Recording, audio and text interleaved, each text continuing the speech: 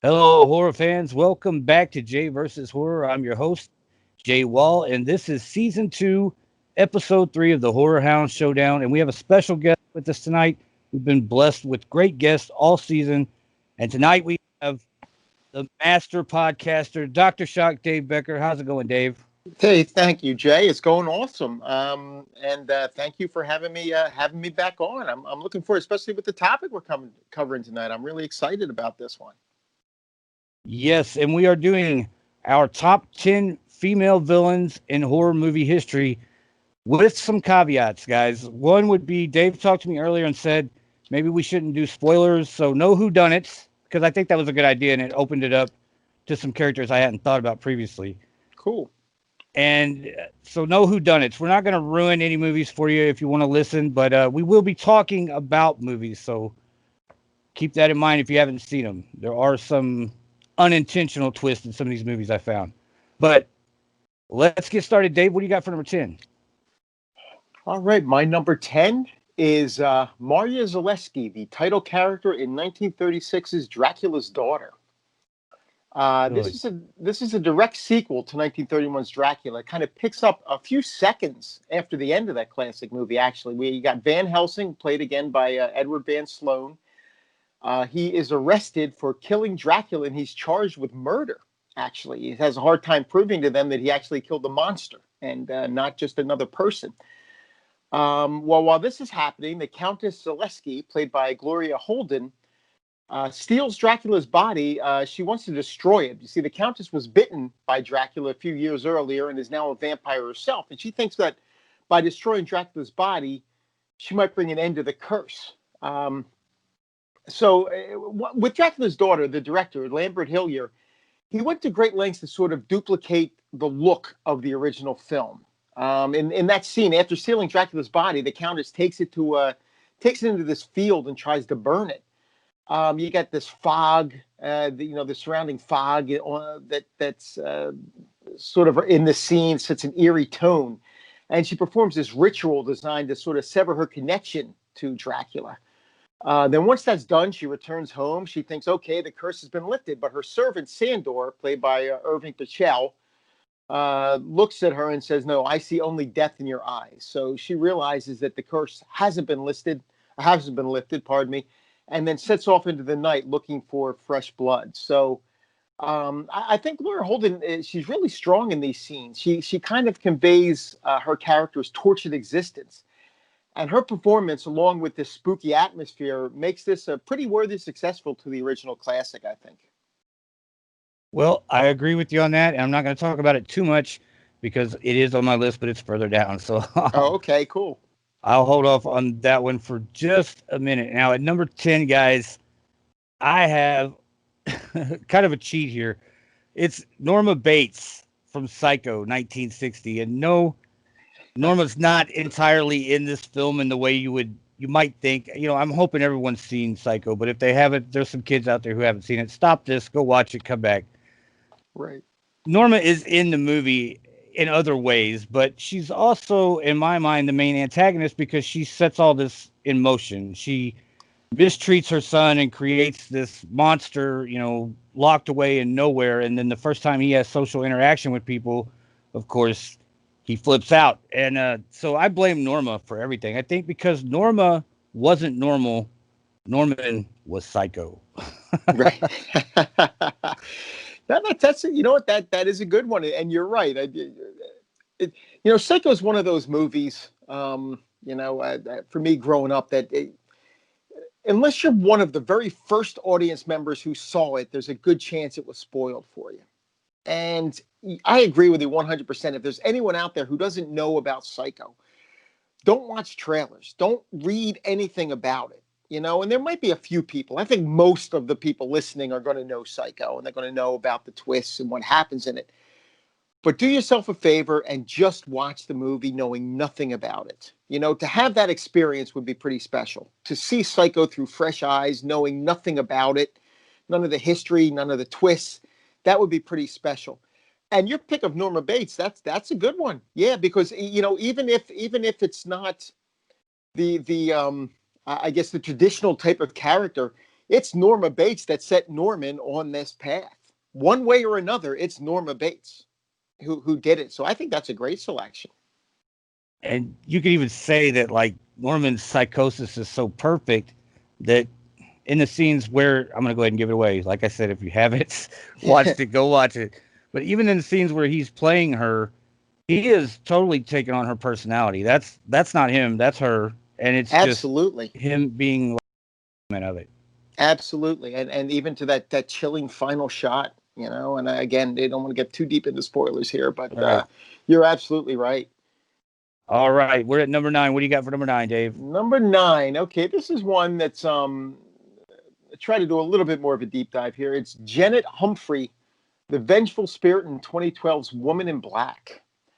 Now, I've never seen the 1989 version of this, which was made for TV. The story of the Woman in Black. From what I understand, it's kind of the definitive take on the story. But I think the most recent telling from 2012, which is co-produced by Hammer Studios, by the way, is a pretty damn creepy ghost tale. It has a few minor issues, I'll give it that, but I think this is one that can kind of give you nightmares. Actually, now it has Daniel Radcliffe, of course, Harry Potter himself, plays Arthur, the solicitor who travels to a small English town. For years, this town, I think, and this is set in the very early, either late 19th century or early 20th century. This town that he goes to, for years, they've been dealing with the tragic deaths of many of its children.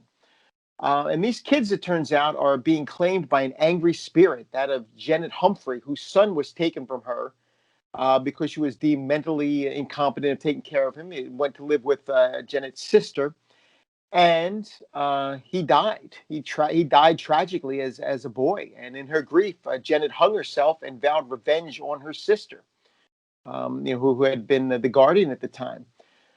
So Arthur visits the now abandoned manor where Janet's son lived before his death, and encounters Janet's angry spirit during his stay. And the scenes where this ghost makes her presence known, I think, are really, really effective. I mean, and you sense it, you sense that it's going to happen, and it just sort of, I don't know. For me, it's just ghost stories are more effective on have a strong effect on me, I guess is what it is. Just because I'm a believer, and even when I was a kid, they were the horror films that I had the hardest time with, just because they would really just scare the hell out of me. This one does have a few too many jump scares, and I'm talking more of like the modern type of jump scares. A bird flies out real quick from from a location. And it's so I thought it relied on that a few too many times, but the scenes with the ghost are effective. And the way she claims some of her young victims is terrifying. I mean, the opening sequence with these three little sisters is especially troubling. So that's my number 9. Yeah, I like that movie. I remember it as being like the first film where Daniel Radcliffe wasn't Harry Potter, and then that kind of opened my eyes to go watch Horns and stuff like that when it came out, and he's done great stuff since then. So yeah, good movie, good pick. Thank you, and I agree with you. I think Daniel Radcliffe has he that's a role where he could definitely have been typecast for the rest of his life. You think of poor Mark Hamill with Luke Skywalker, but he's broken out of that, and I think he's done it in a big way. So yeah, I agree with you. Okay, at number 9, I cheated again. We're we're 2 entries into this list that I have not picked a character played by an actress yet, and now I have the Alien Queen from Aliens, and Oh, as with that all is my good. Yeah. favorite films, there's a great story behind the story. There's always this great story about how the film almost didn't get made and all the stuff it went through. And Aliens is no different. That's why it took 7 years to get this sequel. They wanted James Cameron to just kind of do the job he did on Terminator, small budget, sci-fi. We don't need huge stars that we have to pay a bunch of money to. They were keen on writing Sigourney out of the series if that's what James wanted to do, or to even recast her with Linda Hamilton. But James hung in there. He wrote the part for her. He wanted it to be that way. And, she is iconic in this movie. The first one is my definition of fear, but the second one is iconic. It's this great, huge sci fi adventure action movie. And she got nominated for an Academy Award here.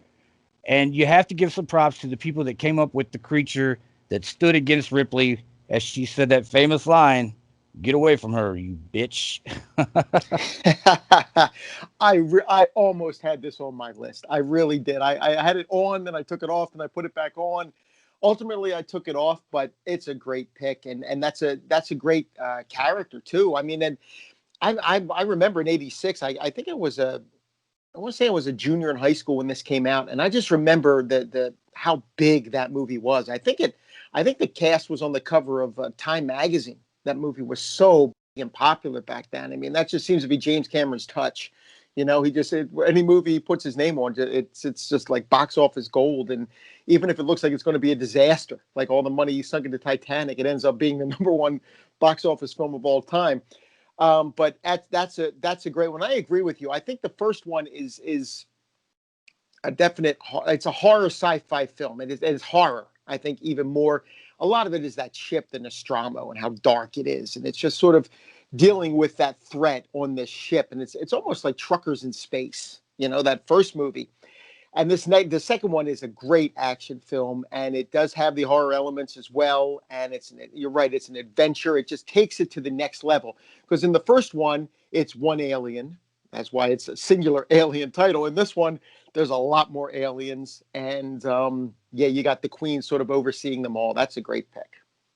It's crazy that you said that like that too, because when I was researching this film, I found out that James Cameron was actually a truck driver when he went to go see Alien in the Oh theater. It wow, said that it reminded him of being in his truck and something trying to get him. And so he never let go of the idea of wanting to direct the sequel. He started out just producing it and writing the script. But when they said, look, we don't want to pay Ridley Scott, we don't want to pay anybody that we don't have to, Cameron kind of wormed his way in. He wanted it the whole time, so he got it. And yeah, it was a great movie. absolutely, and he did a great job with it. I think those two are like the definite 1-2 punch. When you're talking about like a great first film and its sequel, I mean, you got obviously The Godfather Part Two, and you've got some other ones out there. But I definitely think that Alien and Aliens is definitely part of that conversation, no doubt. Aliens is so good that when people saw Alien 3 like another 7 years later, they hated it for 15 years.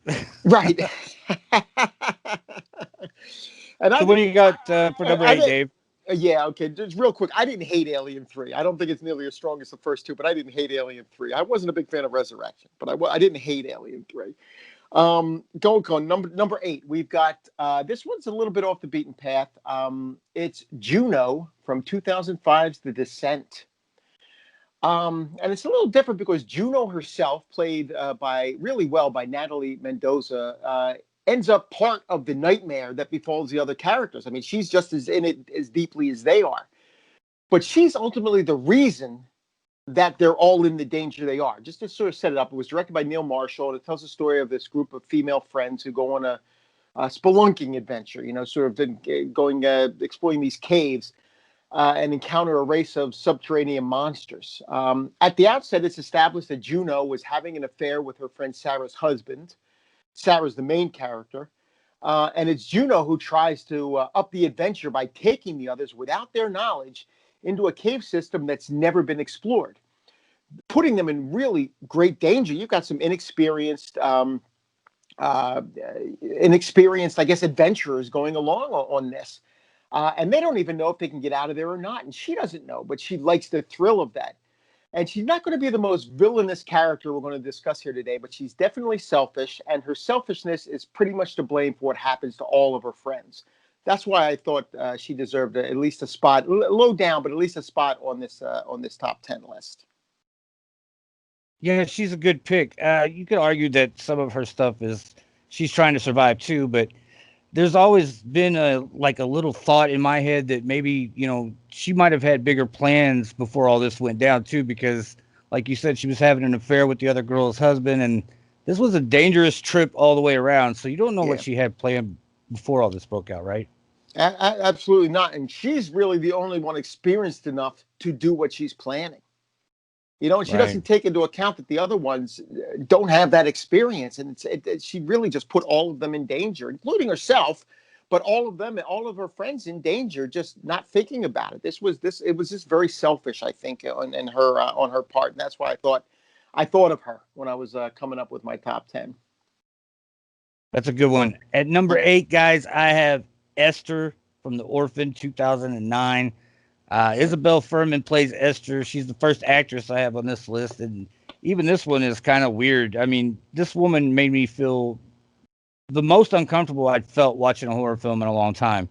Now, there is a twist in the movie that doesn't have to do with really Esther's demeanor. It has to do with more of her motives for why she's doing what she's doing. But you know early on that she's manipulative and she's pushing the limit with different things, and you can see that she's not exactly right.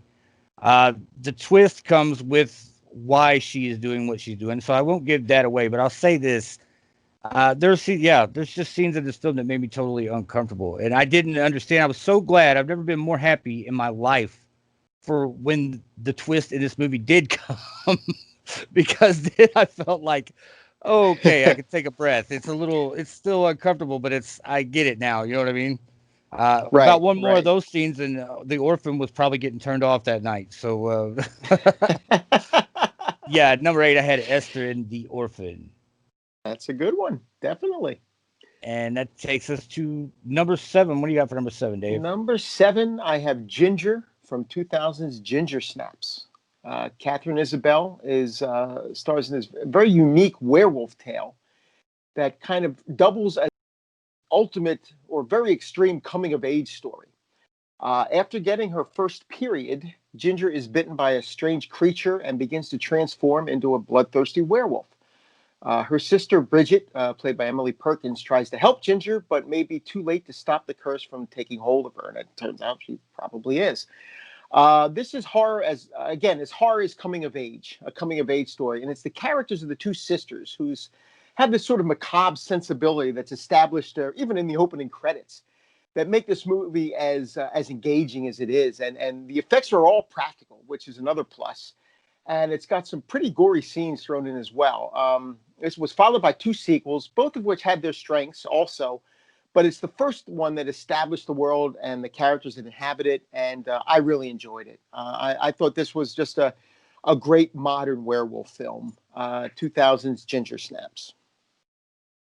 Yeah, I like that one a lot, and I'm a huge fan of anything Catherine Isabel does, even like American Yes. Mary and her Hmm. stint on Hannibal. I love her; she's great. I agree. I think she's awesome. Good pick. All right, at number 7, guys, I have Lola Stone, also known as Princess, from The Loved Ones in 2009, played by Robin McLeavely. Lola is just one of the most despicable characters you'll ever meet. She is pampered by her father, and she decides that she's going to have this kind of pseudo prom or dance because she's not popular at school. And she's also going to kidnap the boy of her choice and put him through a night of hell. I would compare it to like what Sally Hardesty goes through in the Texas Chainsaw House to some extent, from the Yes. male angle. And the poor guy, he deals with this all night long, and it's not just her. Her father's a psycho too. He has a couple chances to get away, but it never quite works out until the end. I won't give away how it finishes, but yeah, Lola made my blood boil. She was just somebody that every time she was on screen, I was surprised that she was able to affect me that much to where I was just like, something has to happen to her at the end of this movie, please God, you know. And Yeah, I'm with you. And you know what? To be continued for me. okay, all I right, won't say so anything about it right now. we'll move on from there and we'll go to number 6. What do you have for number 6, Dave? Number 6, I have Keiko, played by Takako Fuji in 2002's Juan, pardon me. This is a character who was murdered by her husband for loving another man, and she becomes a very angry spirit. And anyone who enters the house where she died is in turn affected by her anger, the curse of her anger, and that of her son Toshio, who was also killed at the same time. Again, like I said, nothing gets my heart pounding like a good old fashioned ghost story. Yet I have to say that this 2002, Takashi Shimizu is the director. Juon is the most frightening I've ever experienced. I mean, this movie flat out scared the hell out of me. And what I found truly unsettling about it was its unpredictability. I mean, these ghosts can and usually do appear anywhere at any given time.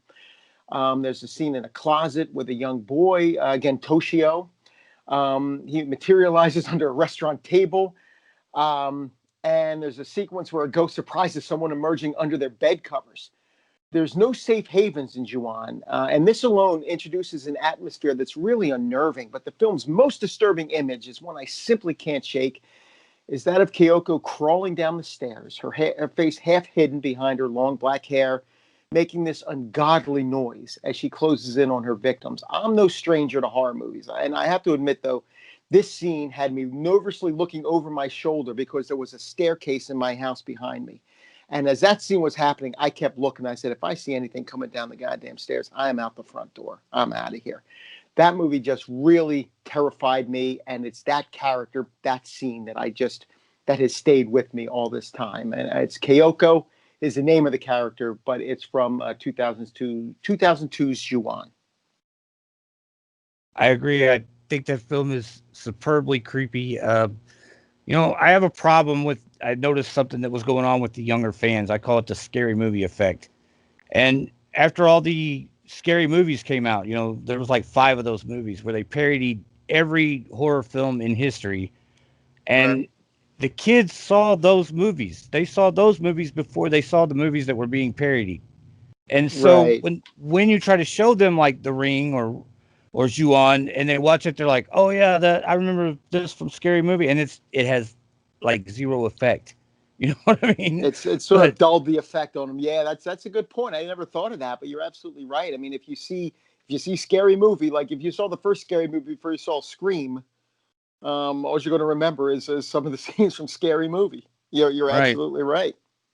And I remember seeing this one. I was lucky enough that I had whatever weird cable package I had back then. Uh, it had Sundance on it. This is before Sundance did like that '70s show reruns and stuff. They actually showed movies.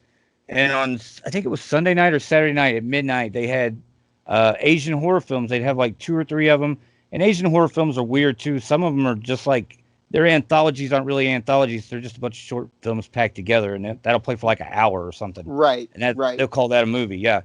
But yeah, I got to see all the like Ringu and Ju-on and all that stuff before I saw the American versions, and that movie terrified me. That one in the eye, the scene in the elevator with the eye, Oh, the those eye. genuinely terrified me. Absolutely. I mean, that made that also both Yuan and the Eye made my top 10 of the 2000s. In the episode that we did over on HMP this past October, but the October before that, I agree with you. The Eye is so good. It's so good. The original. I never even bothered watching the remake, the American remake, because I knew it wouldn't come close to scaring me like that original version did. I am with you 100% on that one. I liked the remake. I like Jessica Alba, man, but when they hit that scene in the remake, they did it differently. It lost the entire effect. It was just another scene in a scary movie. They lost it, and Right. from that point on, I was kind of like, yeah, it's okay. Yeah, You know what I mean? that's a shame. And there are other moments in the Eye that I mean that one in the elevator is probably the most memorable. But there are other moments in that original Eye that are just as frightening. I think even with that really it has just a dark ending too. I mean Yeah. it was just great. Yep. Great ending. Yeah. Okay, we're at number 6, and at number 6, this is not a deep reach. This is kind of like a fan favorite pick, probably like a pop culture thing that's in my blood somewhere. I chose Tiffany from Bride of Chucky, 1998. Jennifer Tilly. I mean, she's electric. She's got charisma. Every time she's on screen, you just fixate your eyes on her and watch her go. And this character could have been so ridiculous. Tried to add other characters that did turn out ridiculous. And if they hadn't picked the right person to kind of challenge that iconic, figure of Chucky in a way where, she's right there with him the whole time and he never gets over on Tiffany. Hmm. She's the only person who's allowed to call him on his bullshit and not get murdered horrendously for doing it. you know. Right. So yeah, I love Tiffany, and of course she goes on. She's in a few of the other movies too, but this is really the one where she's just a knockout in this one, and great film. And I like that, the first time I saw this movie, I wasn't too crazy about it because I thought, what the hell did I just see? Chucky's funny now. You know what I mean? I was like, Chucky Right. used to kill people, and I was like, Chucky's funny now. But then, like, watching it the second, third, fourth time, I just kept going back to it. I'm like, this is my favorite Chucky movie. you know? Right. It's been a while since I've seen it, but I think I'm with you, and I even think that Tiffany is comes off a little bit better than Chucky in that one. Like you're saying, Chucky's more like he's doing sort of the Freddy Krueger thing at this point. You know, Right. it's like a lot of comedy in there. And Tiffany, I guess, is getting in on it a little bit, but a little more serious too, because it's a new character. And you're right, the Chucky didn't have anybody who could sort of tell it to him like it is in the other films, and it was very very cool to see that in Bride of Chucky. Okay, we're in the top five, guys. We're getting down to the seriousness of this. What do you got for number five, Dave? Number five, I'm going back to a classic again, and it's Irina from 1944's Cat People. Even though they didn't have a lot of money, producer Val Lewton teamed up with Jacques Tourneur for Cat People. They turned it in. It was a runaway hit for RKO back in 1942. It made a lot of money. It was the first of 9 horror films that Lewton produced for the studio, most of which had sort of similar dark tales. And there were some good ones among them, but none matched the richness and the intensity of Cat People, I thought anyway. The story is Irina. She marries Oliver, played by Kent Smith, but she's hiding a terrible secret from her past, one that's going to prevent the two from becoming intimate. You know, and this is 1944. They got to sort of tiptoe around the marriage consummation aspect of this one. But the point comes across, and Oliver is very frustrated, strikes up what is really a platonic friendship with his coworker Alice, played by Jane Randolph. But Irina, just knowing the situation that she has at home with Oliver, she becomes jealous and unleashes the curse that she'd been trying so hard to keep in check anyway with her jealousy. They really did make a lot out of a little with this movie. Some very tense scenes in Cat People, the best of which has Irina following Alice in the street late at night. Now, Alice is walking along this darkened street, completely unaware that Irina is behind her. Soon, Irina's sort of distant footfalls, her footsteps, are replaced by a frightening growl, and Alice begins to fear for her life. And the scene is really tense, and it ends with a very clever jump scare. That's perfectly timed, I thought.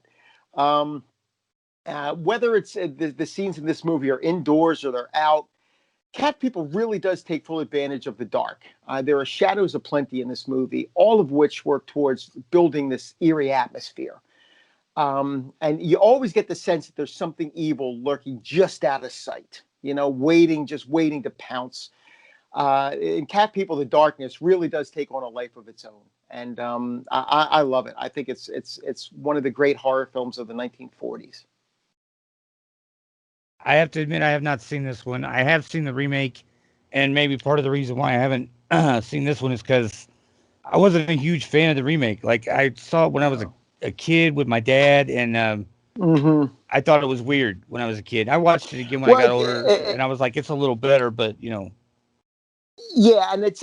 I mean, I think Paul Schrader did the remake, and I do enjoy the remake, but it is different from the original because, like I said, the original they do a lot with a little. I mean, you don't necessarily see the monster as much or at all sometimes in Cat People, but yet this tension that Jacques Tourneur builds is there, and the shadows and the darkness. It really does work. I definitely recommend checking it out. It is, I think, like I said, one of the great horror movies of the 1940s. I definitely will check it out. I will take Cool. your recommendation on that. Let's see. At number five, oh yeah, here we go. I hate her. I hate this woman with a passion. It's Miss Carmody from The Mist, 2007. Oh wow. Marcia Gay Harden. Man, I'm not religious, but it's been my experience that all the people I've met from different religions, when people truly believe in what their faith is, they're almost always pretty good people. That's been my experience. Mm-hmm.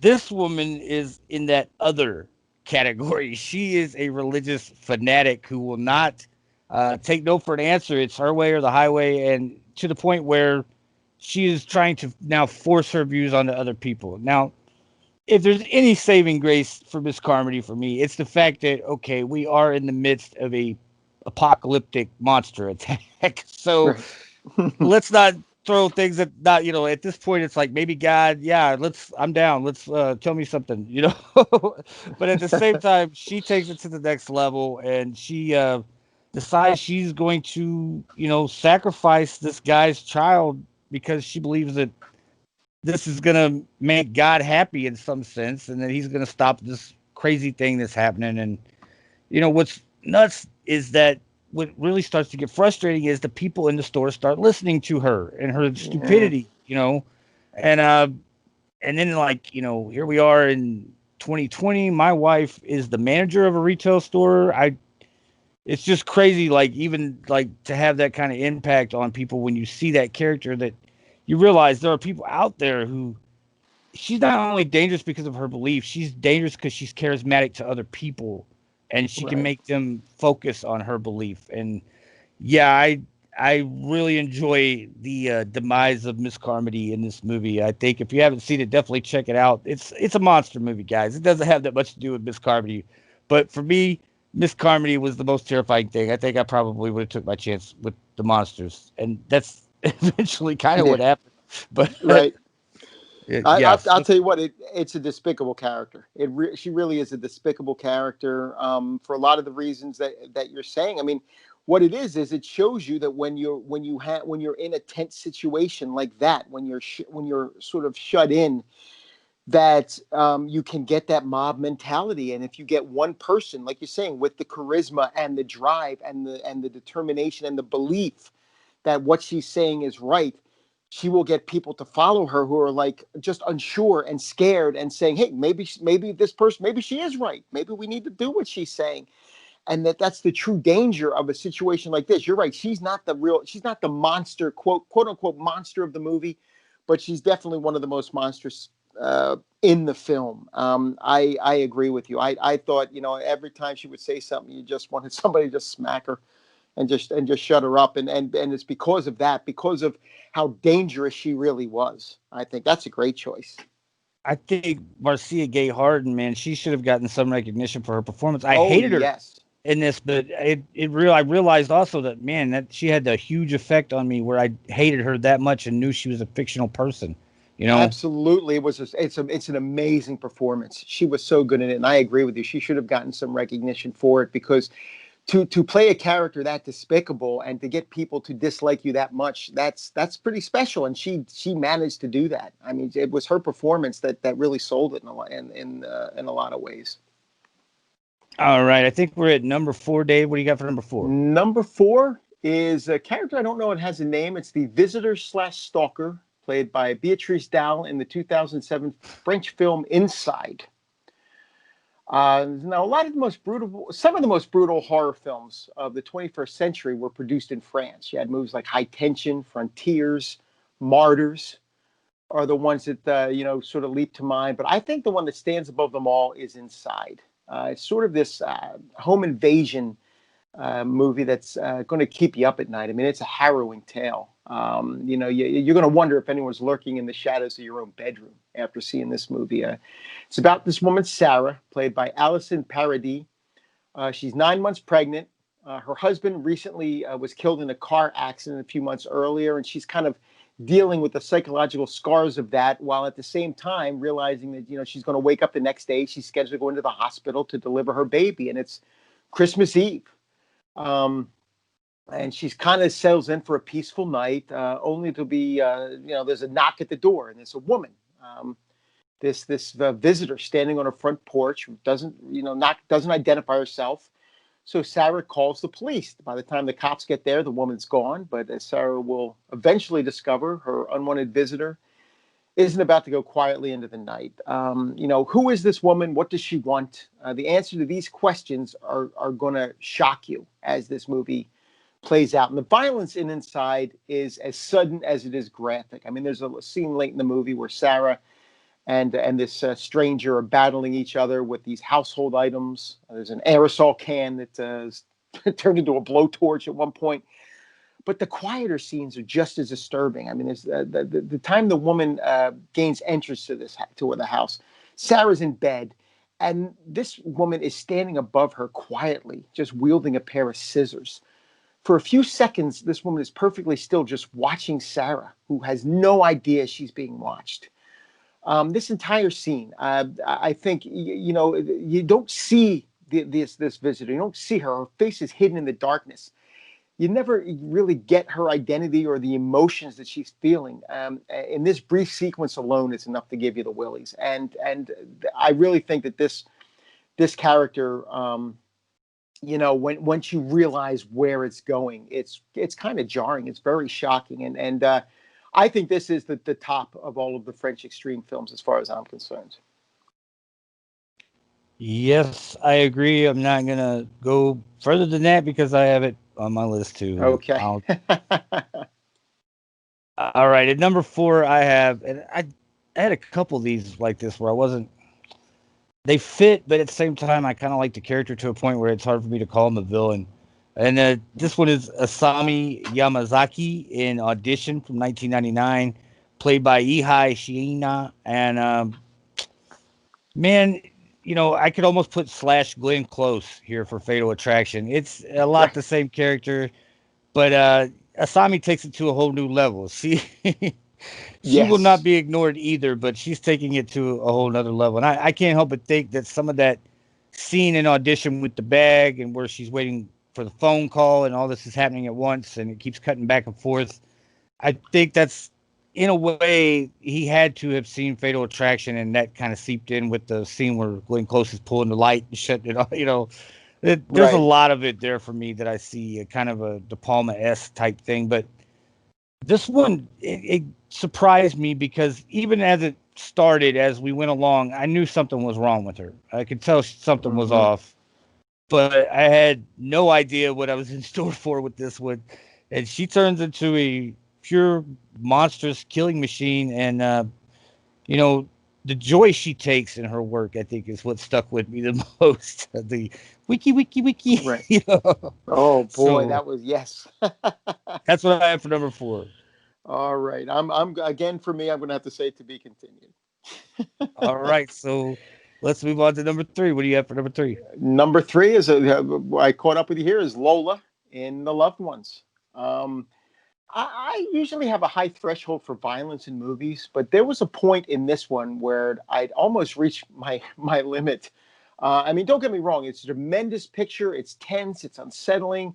I was poised on the edge of my seat, but the brutality is so relentless, so extreme that there were times I almost had to look away. And I'm thinking, yeah, part of it is because of it's happening to Brent, and he doesn't deserve anything that's happening to him. He's also a victim himself. Well, that's set up at the beginning of the movie that he's had a pretty traumatic past as well. And even when Lola approaches him for this date, it's not as if he laughs at her. He doesn't make fun of her. He's very courteous. He's just like, I'm sorry, I have other plans. It's just Lola is not going to be denied.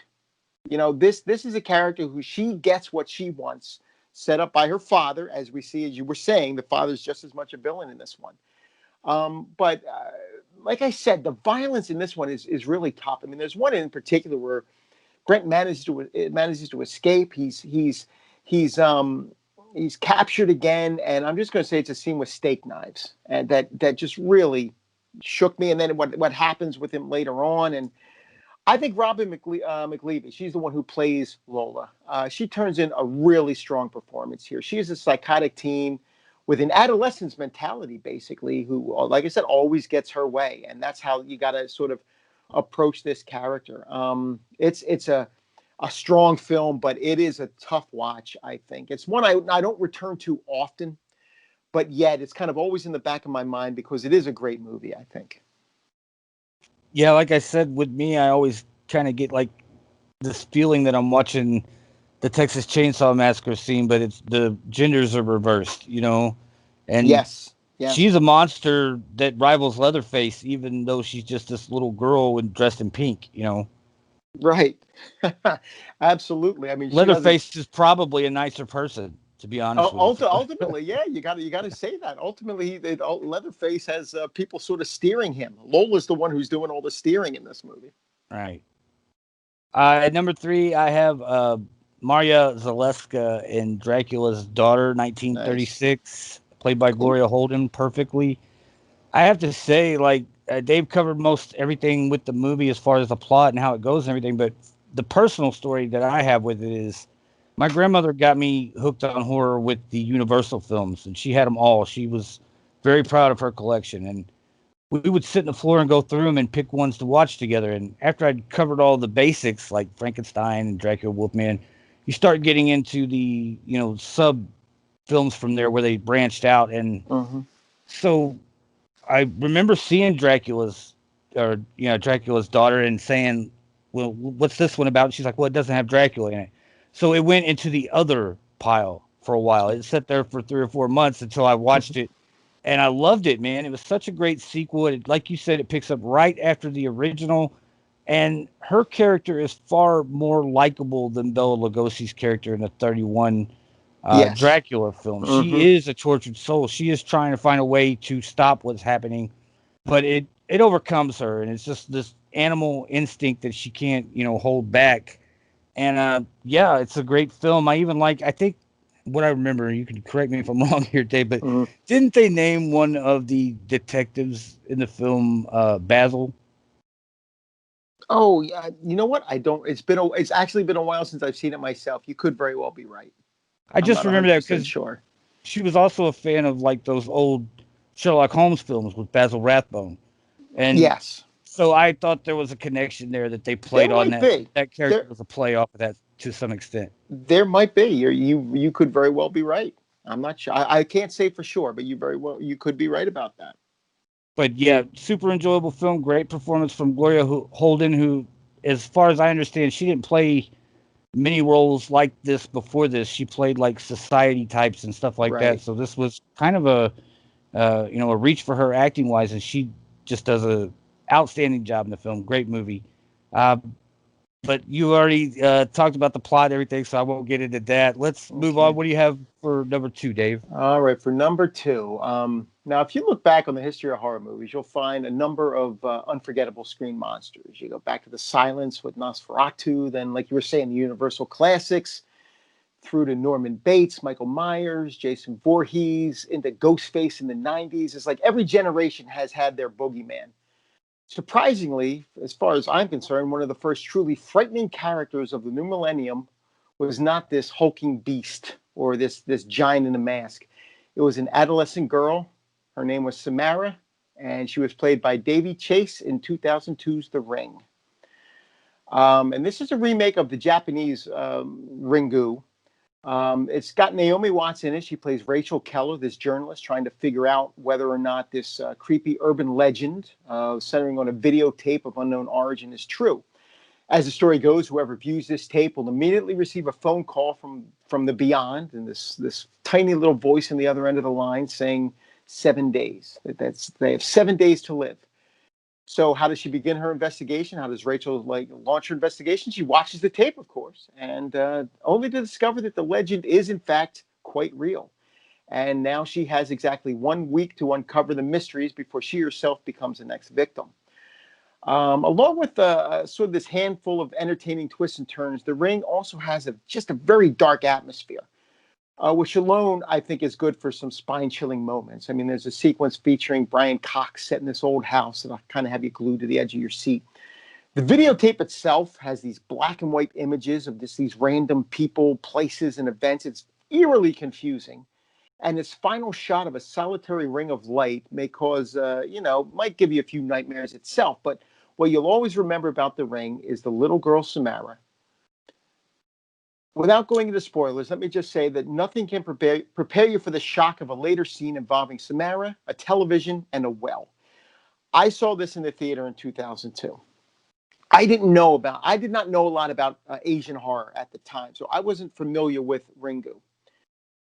I was sitting in the theater, and I was one of about four people, and the other three were up front, and I was in the back. All right, I'm about 15 rows behind everybody else. And let me just tell you, when that scene played, I kept looking up and down the aisle, like my row, looking, and I was just scared to death because something happens right before that you sort of eases the tension. It ratchets it down a little bit. You think, okay, it's coming to a resolution, and then boom, that scene happens. And I don't want to go into too much about it, but It really, really scared me, but I still loved it. So that's my number two is Samara from The Ring. And that's a great pick. And I gotta say, like, out of the J horror remakes or the Asian horror film Mm-hmm. remakes that they went through in the 2000s, uh, this is probably for me one of the only ones that really holds up to the original.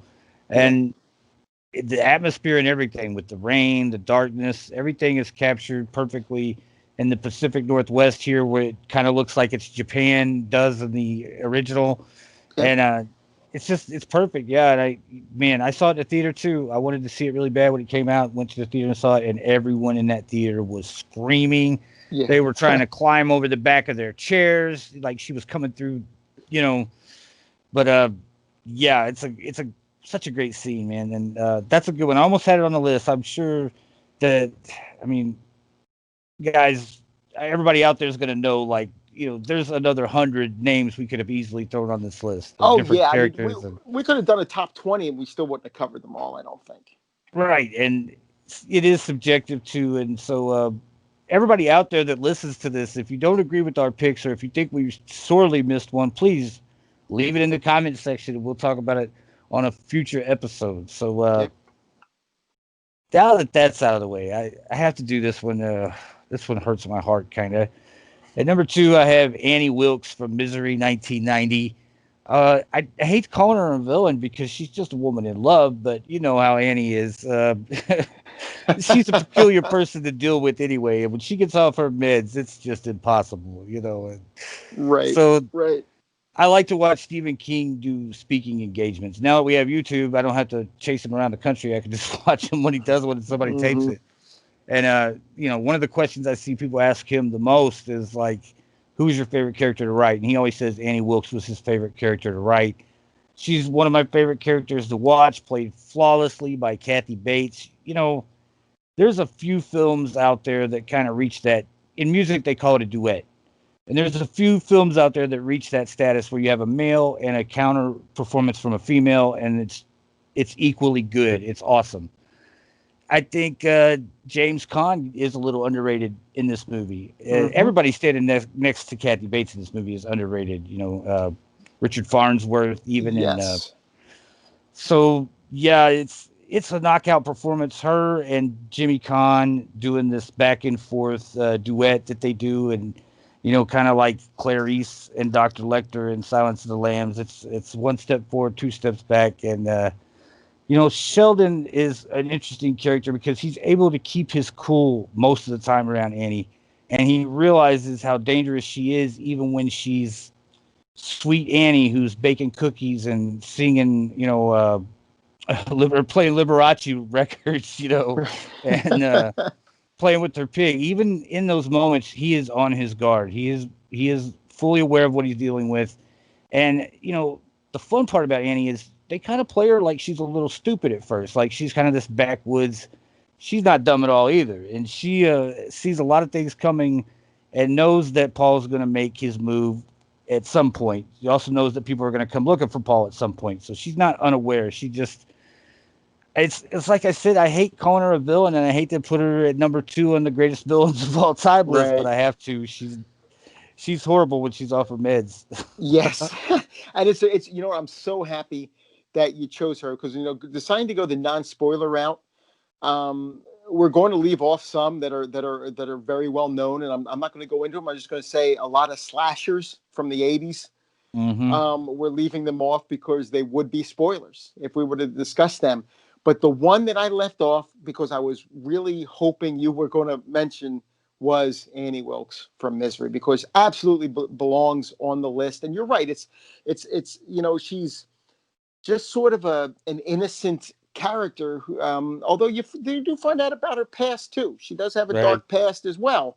And what the give and take with her and James Caan is so good. It really is. It's just it's definitely one of Rob Reiner's best films. And this is a guy who did Stand by Me and The Princess Bride, and so he's done some good movies. Misery is definitely right up there towards the top of them. It's just so good. It really is, and I'm so happy you have it on the list. So that's great. Did you ever watch that show Two and a Half Men with Charlie Sheen when that was on? I did see it sometimes. I wasn't a regular watcher of it, but I did see some episodes. Yes. There was a character on that show named Rose who was stalking Charlie, and I could not look at her without thinking that's Annie Wilkes. I did see some of those episodes. Yes, with yeah, or definitely had the potential to be Annie Wilkes. That's for Right. sure. All right. Well, So we're at number one, I guess, huh? actually, I'm gonna go ahead and do my number one because you're the guest, and I wanted you to go first, Okay. and I want you to go last. So I'm gonna do my number one, Perfect. Yep. and it won't hurt a bit because you already talked about it. It's La Femme is what they call her, the woman from Inside 2007. My Yes. number one pick, Beatrice Dahl. Oh man, no female villain has ever terrified me the way she did. It just hasn't, Yes. you know. Even with a Simi in Audition, you're like, okay, well, she got over on this guy. You know, she knocked him out. That probably couldn't happen to everybody, and she got him in a bad situation. Right. This chick from Inside, she's relentless, and she's a bloodthirsty person who will do whatever it takes to. I mean, there's no going back for her once she sets out to do this. There's no going back, Right. and yeah, I mean, she hacks, cuts, chops, slashes her way through this movie. Uh, one of the only problems I ever had with this movie is some of the setup stuff, like where we start getting into that classic horror stuff of, well, people have to start showing up to the house because we don't have anybody to kill. We just Right. have these two women, and the whole film is based on their battle of wills. So we have to have somebody show up for her to take out. But man, she is just a stone cold killer and just relentless. I mean, it honestly is the only one of the only female characters in horror movie history that I was on the edge of my seat looking out my window. Like, Yes. I Yes. hope she doesn't want my PlayStation or something because, you know, whatever she wants, she's gonna get. And of course, then the end, when you really figure out what's going on, I'm not sure if it takes everybody to the end to figure out what's going on because I have seen this type of setup and stuff before, but it's done really well here. And at the end, when you find out like the totality of why she's on this mission, it it lends a little bit of validity to the way her character is. I mean, if someone would definitely have to be mentally ill to carry out this thing that she does, but at the same time, you would still have to have motivation for that mentally ill person to do it. And there definitely is motivation in the film. She's just a great actress, man. She did another movie called a vampire movie from the early 2000s. I want to say Trouble Every Day, and Oh yeah. Mm-hmm. where she's like a monster vampire in that, and she was in Livid for just a minute, I think, too. But yeah, great actress, really underrated. That's what I had for number one, Great. Inside. Great pick. Absolutely, and I agree with you. It's terrifying, terrifying character. Well, my number one is one you've already discussed, and it is Asami in Takashi Miike's Audition, which is ironic because I think the last time in season one, when I had filled in for the challenge, I think my number one film was Audition then too. I just realized that this is the second time I have an audition in the number one spot. Um, but it's a movie that I really admire. I admire the hell out of it, and every time I see it, I think it just gets stronger. And to say the last one third of this movie is tough to watch could be the understatement of the century.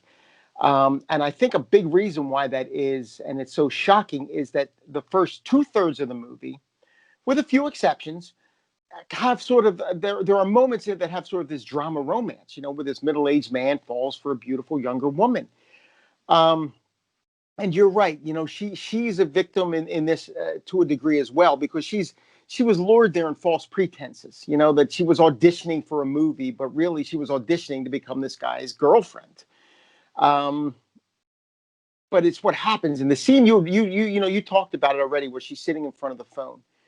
It's like she's willing the phone to ring, just staring at the phone, motionless, just staring and looking at it, willing it to ring, perfectly still.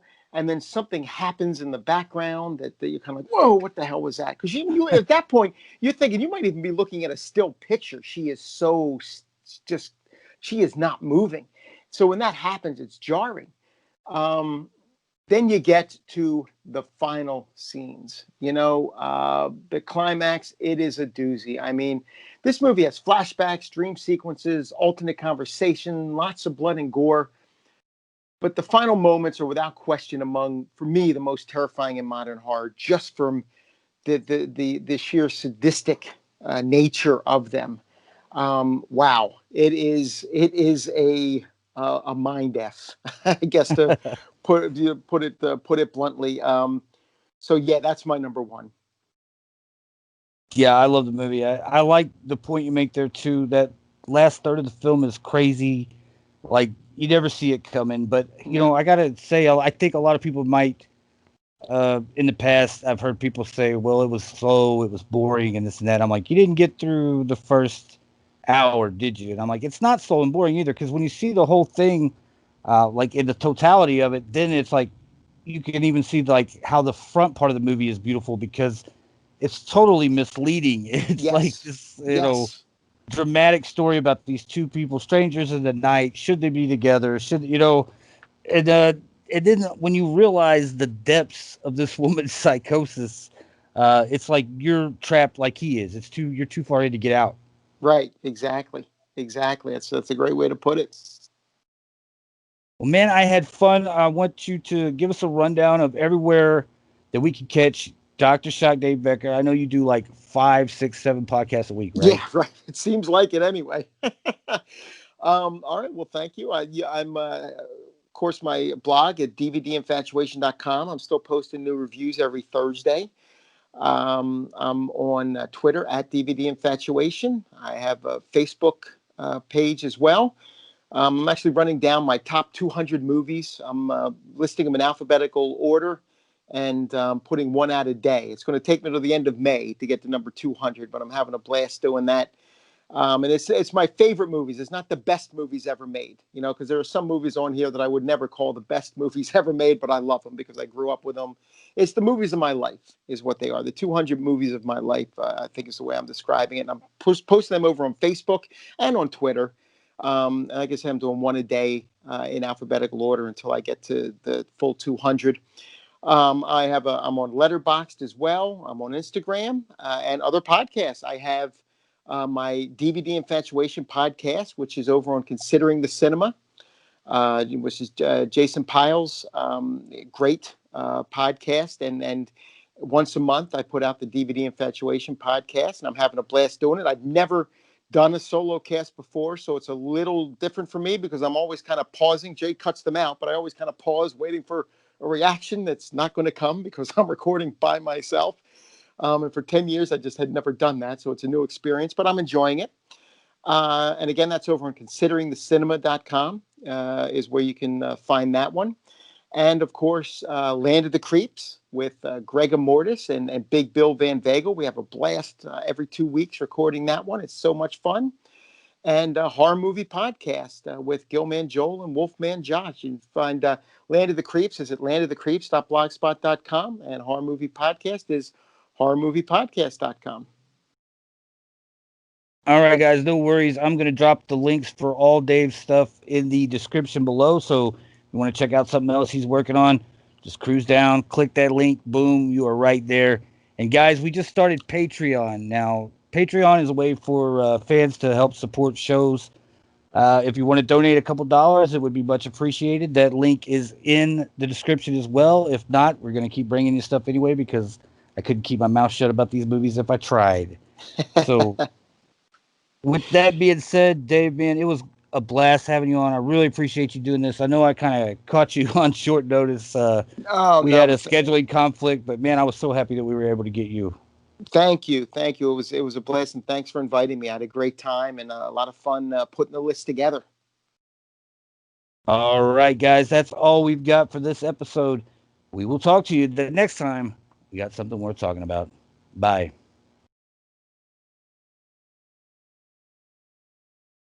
All right. Cool.